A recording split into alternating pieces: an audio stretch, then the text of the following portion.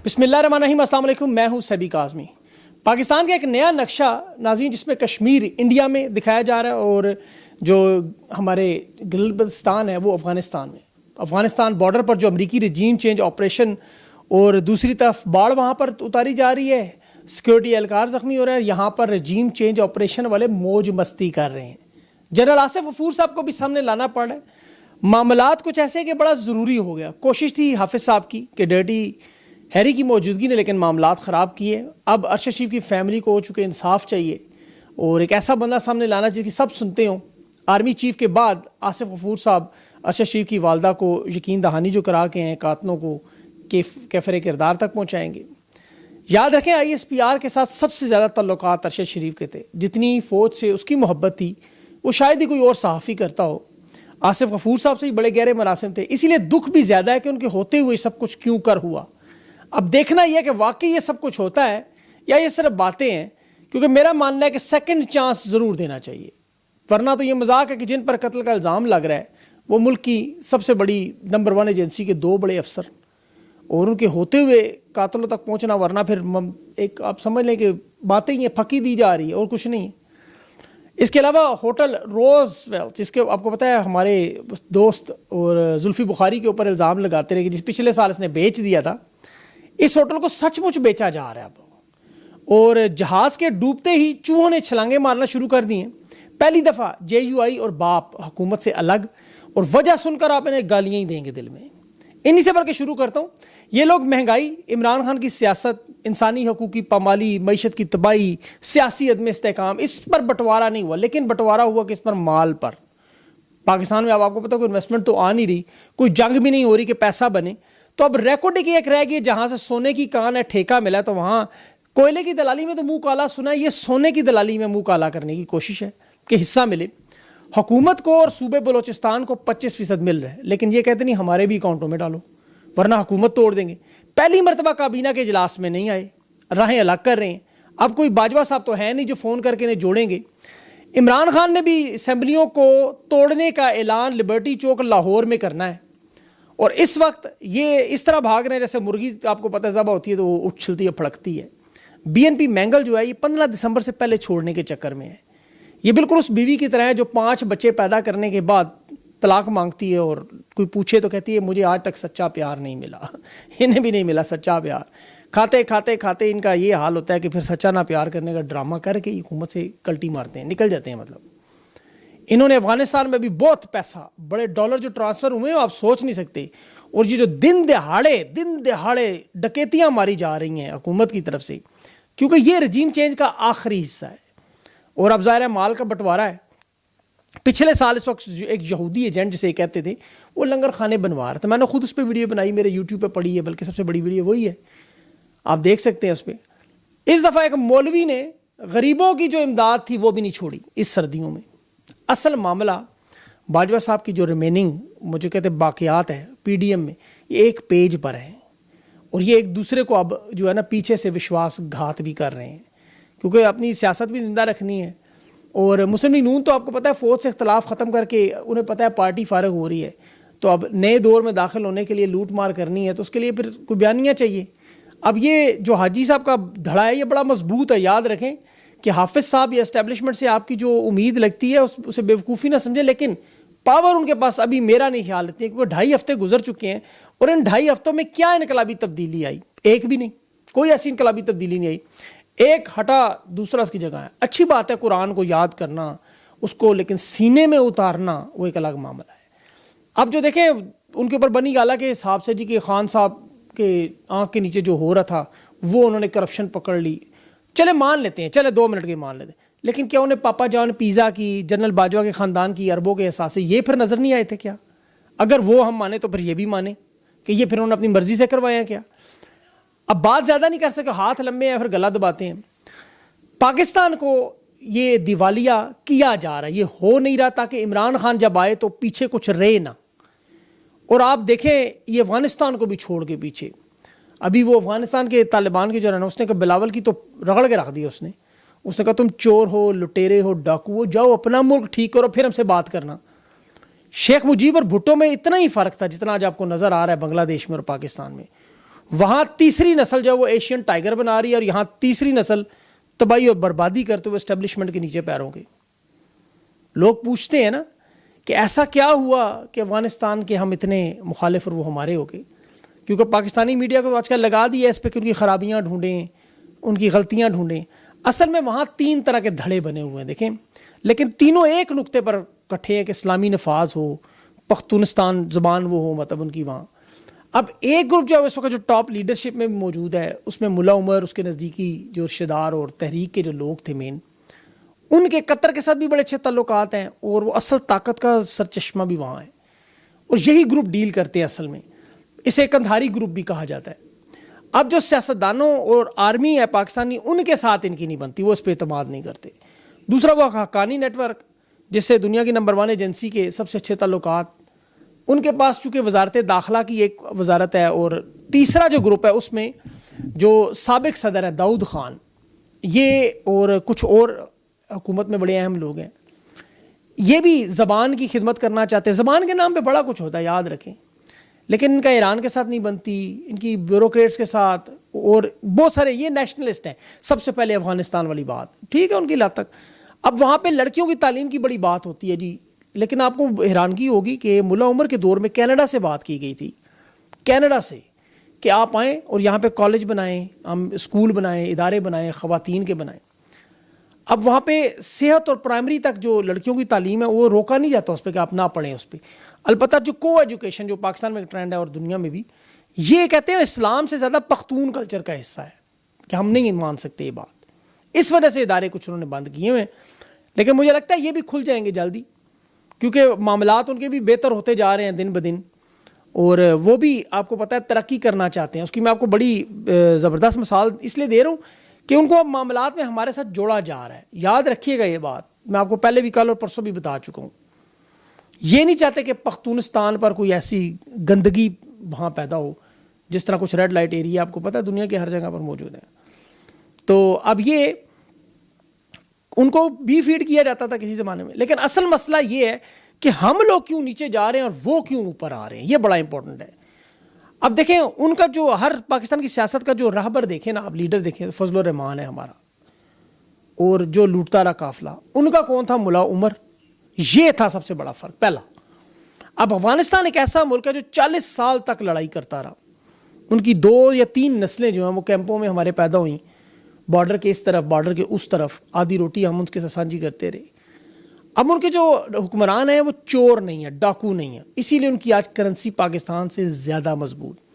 हम बंगाली टके की बात करते थे, टका तो 1 रुपये के 2 रुपये 30 टका हो गया है, और अफगानिस्तान की जो है वो 2 रुपये 68 मिल रही है पाकिस्तान के हिसाब से। डूब के मर जाएं ये जालिम, और उन पर 4 हरफ भी भेजने चाहिए। और अफगानिस्तान को मुबारक होनी चाहिए कि उनके लीडर जी देखें, वो फ़र्क क्या है, उनके लीडरों के स्लीपर है, फटे हुए जूतियाँ। यहाँ वो बिलावल जरदारी जो है वो 7,85,000 की गुची के जूते पहनता है, और फिर इन हालात में उसके प्रोटोकॉल और वो सारे देखें कि एक बैंक करप्ट दिवालिया होने वाला मुल्क, 10 नए मिनिस्टर ऐड हो गए काबीना में, और बिलावल की इंटर्नशिप पे जो पेड इंटर्नशिप है 35 ममालिक का दौरा, 1 अरब 75 करोड़ खर्च। नालायक लोग, और खर्चे देखें इस तरह कि जिस के बाप का कोई ख़जाना निकला हुआ है। अफगानिस्तान के साथ ताल्लुकात इसने ख़राब कर दिए, खारजा पॉलिसी तो बहुत बर्बाद कर दी, 4 दफ्तरों में फिर के बस आ गए।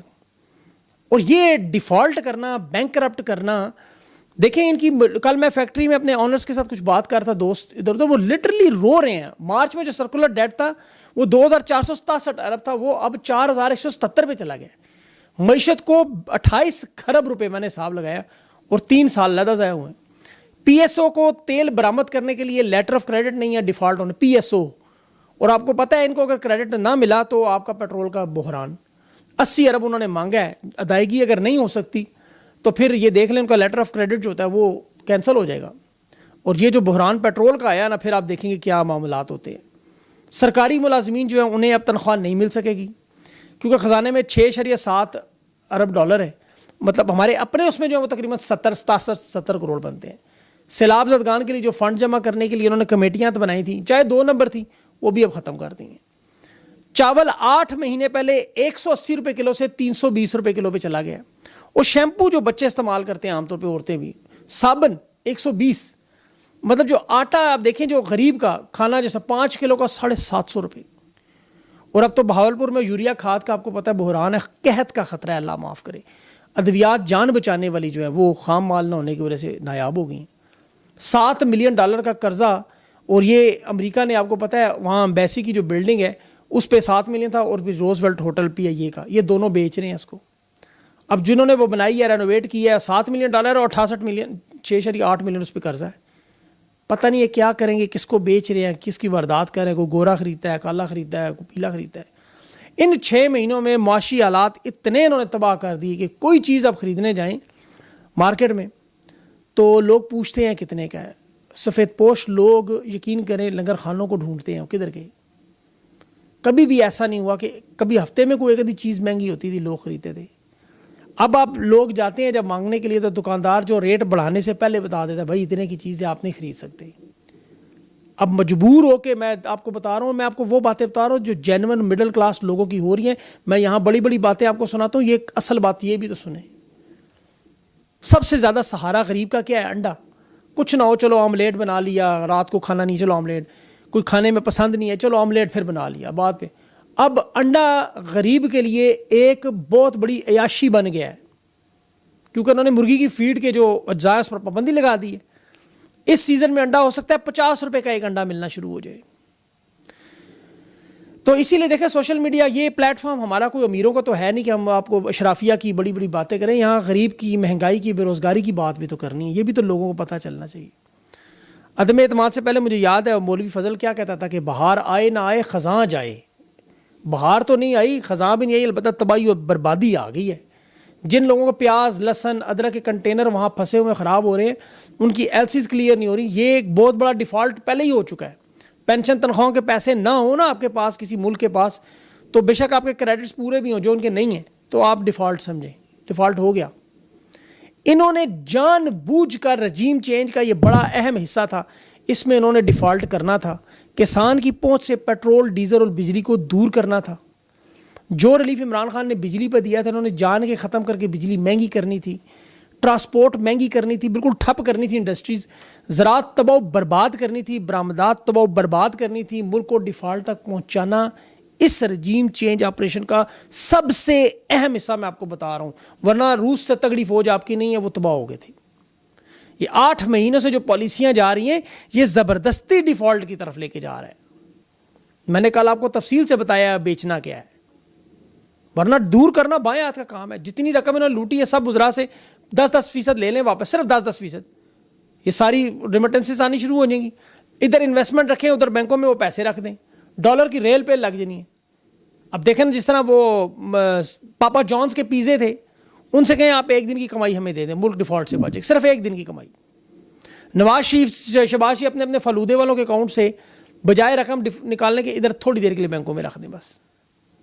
ये जो कौमी शहराएँ आप गिरवी रख रहे हैं, असासे बेच रहे हैं, PIA बेच रहे हैं, ये सारा खुद कर रहे हैं। ये डिफ़ॉल्ट हो नहीं रहा, किया जा रहा है। और मैं आपको पता है खुशी की खबरें सुनाता रहा हूँ हमेशा, इसीलिए मुझे सबसे ज़्यादा दुख होता है जब मैं इसकी बात करता हूँ इस तरह की। अफसोस से गुस्सा आता है मुझे अंदर से। हर महीने की यकम को दरामदात, बरामदात, तरसीलात, करंट अकाउंट में एक तफसीलात का इंतज़ार करते थे इमरान खान की हुकूमत में हम लोग। वो स्टेट बैंक से कभी खुद ढूंढ के इमरान खान की ट्वीट्स पढ़ के इधर देखते थे यार कुछ मिले कि देखो ये तरक्की हुई है। अब तबाही बर्बादी। 2013 से 18 तक बांग्लादेश हमारे पाकिस्तान के एक सूबे से भी इतना है, लेकिन अब क्या हुआ, कहाँ निकल गया वो, देख लें वो किधर पहुँच चुके हैं। वो दुनिया की बड़ी मईशत में जा शामिल हुए और हम किधर चले गए। आप 5 साल में इमरान खान के सिर्फ 3 साल एक साइड पे रख के मंडी को देखें, आपको अंदाज़ा हो जाएगा। CPEC के अरबों डॉलर आए थे, लेकिन इमरान खान का पहला साल जो माइनस में गया और जुर्माने लगते रहे, फिर टड्डी दिला गया, फिर इंडिया से लड़ाई शुरू होगी, फिर कोविड आ गया, फिर आलमी मार्केट में 50 साल अफराते ज़र जो उस वक्त सबसे बड़ी मुश्किल। लेकिन ये सहाफ़ी यहाँ पे झूठ पे झूठ कि मईशत डूब गई है, अफवाज सब कुछ हो गया। अब अफवाज पाकिस्तान के जर्नलों के ख़ानदानों की जब वो सरमाया मुंतकिल कर रहे थे यूरोपीय ममालिक में, शरीयत ले रहे थे, सरमायाकारी कर रहे थे, कितने जर्नलिस्ट, कितने सहाफ़ियों ने पाकिस्तान पे इस रिपोर्ट की। एक शायद मैं आऊँगा, एक अहमद दुरानी होगा, शायद एक अरशद शरीफ शहीद था, एक गिने चुने इमरान रियाज और कुछ और लोग होंगे। आप अखबारात में उठाएं, कालम पढ़ें, वो सारे इनके जितने भी 47 टीवी चैनल्स इनके शोज़ देखें, 7 से 5 दुकान लगती है रोज़। कि कहता है जी इमरान खान भी झूठ बोलता है, इमरान खान भी झूठ बोलता है। पूछो क्या बोलता है भी झूठ। और जिसने कहा था जी 1 करोड़ नौकरियां हैं, 50 लाख घर हैं, लेकिन नहीं बनाया, झूठ बोल गया, झूठ बोल गया। हालांकि मैं आपको हकीकत बताऊं, 4 साल में 55 लाख नौकरियां तो पैदा की हैं उन्होंने। और फिर घर जो तामीर हुए हैं, अब लातादाद घर बनाने के लिए लोगों को कर्जा दिया गया है, किसानों को ट्रैक्टर मिले, ये सारा उसी में ऐड होता है। अब एक एक के लिए अलग अलग घर तो बनते नहीं। ये साथ इंतखाबी मंशूर था, झूठ कैसे। लेकिन सहाफ़ियों की गेम क्या थी, इनका मकसद ये था कि इमरान खान में उनकी तरह जो बाकी है, ताकि जब आप अच्छाई और बुराई में फ़र्क ख़त्म कर देना, बुनियादी फ़र्क, तो सब एक जैसे लगे। फिर लोग बेगम हो जाते हैं कि जी नवाज शरीफ भी करप्ट है, जरदारी भी करप्ट है और इमरान खान भी करप्ट है। ये घड़ी वाला जो मामला है, ये इसीलिए बार बार ला रहे हैं क्योंकि घड़ी हालांकि ना तो करप्शन है, ना अखलाकियात का कोई ऐसा गिरा हुआ मामला है। अब ये लोग क्यों उसके पीछे पड़ रहे हैं और कुछ समझ नहीं आ रही। करोड़ों रुपए की घड़ी पड़ी रहती घर में, जिस तरह मेरे घर में पड़ी, आपके घर में पड़ी, क्या होता, उसने अच्छा किया बेच के एक सड़क बना दी जिसमें लोग आते जाते हैं, ठीक हो गया, अच्छा इस्तेमाल हो गया पैसा। घड़ियाँ पड़ी रहती हैं सबके पास, कुछ इस्तेमाल करते हैं हम लोग, ये पड़ी है कौन पहनता है। अब कोशिश इनकी सिर्फ ये है कि अब चूंकि नवाज शरीफ और उनके दरमियान ये मसला है, तो इमरान खान में भी यही बुराई हमने पैदा करके दिखानी है। इनके वो लेटेस्ट चंपू चमाट हैं, वो इरफान सदीकी साहब, बुजुर्ग आदमी है, हालत उसकी देखें। कल भी वो जमहूर और जमहूरियत की वो जंग लड़ रहा है जी, वो भी तक कहता है जी अजमत का मीनार नवाज शरीफ मुजाहिद, मतलब वो जर्नेलों की ख्वाहिशात के साथ खड़ा हो गया, सीना तान के ऐसे।